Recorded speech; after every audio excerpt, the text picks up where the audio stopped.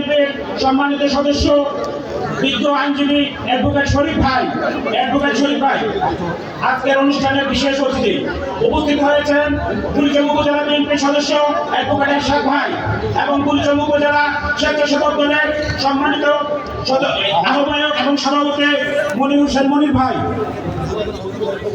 বিসমিল্লাহির রহমানির রহিম। সম্মানিত সভাপতি এবং প্রিয় নেতা হাজী জসিমউদ্দিন জসিম ভাই সহ যে সকল নেতৃবৃন্দ আছেন মঞ্চে এবং অডিয়েন্সে, আসসালামু আলাইকুম।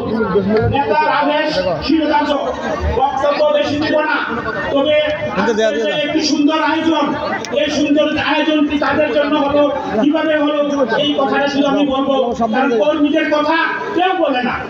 আমি কর্মীদের কথা বলতে চাই।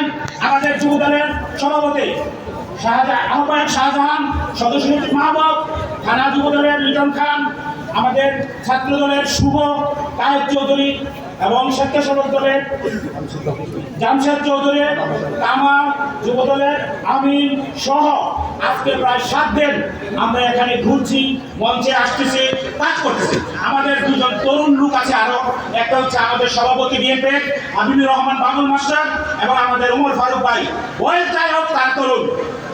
আপনারা আমাদের শরীফ ভাই অক্লান্ত পরিশ্রম করছেন, আমাদের সাংগঠনিক সম্পাদক। আমি আর অন্য কোনো বক্তব্য দিচ্ছি না। যারা কর্ম করে তাদের প্রতি আপনারা একটু নজর রাখবেন। মিছিল একজন নিয়ে আসে, আরেকজন সামনে দিয়ে জিয়া শহীদ বলে আপনারা মঞ্চে আবার তাদেরকে পরিচয় করিয়ে দেন। এটা আপনাদেরকে সরাসরি আমি ধিক্কার দিচ্ছি। এটা একটা লজ্জাজনক বিষয়। আমাদের আগ্রাপুর থেকে যে মিছিলটা এসেছে, আমাদের শাহিনুল ইসলাম ধনু ভাই, আমাদের দুলাল ভাই, আমাদের মাহবুব সাইদ, তাদের নেতৃত্বে এসছে। তারা 10 দিন করে পরিশ্রম করে। আমি দেখছি।